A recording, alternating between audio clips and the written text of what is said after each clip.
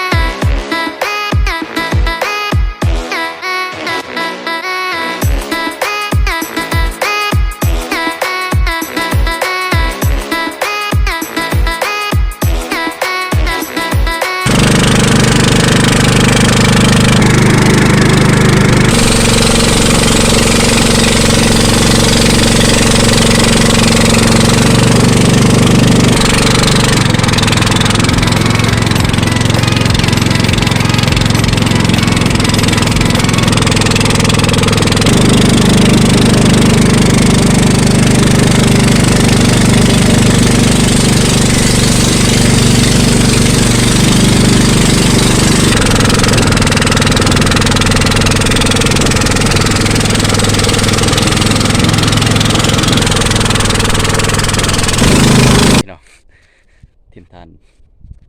สนามปากสังลาอันนี้ก็บอกเป็นบ้านเกิดของข้าพเจ้าเนาะบ้านเกิดของข้าพเจ้าจะได้ย่างไปเติมประมาณ2 ชั่วโมงตั้งนี้ไปเนาะว่าเส้นทางยังคือเก่าอยู่เปลี่ยนดี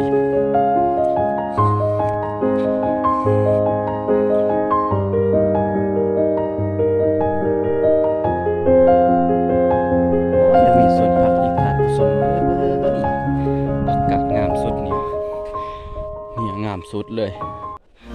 ธรรมศาสตร์ล้วนๆเป็นครัวเนาะ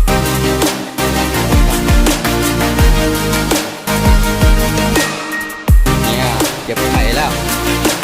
ยังพอสถานที่อันนี้มาแวะซื้อๆมาแวะซื้อๆเนาะ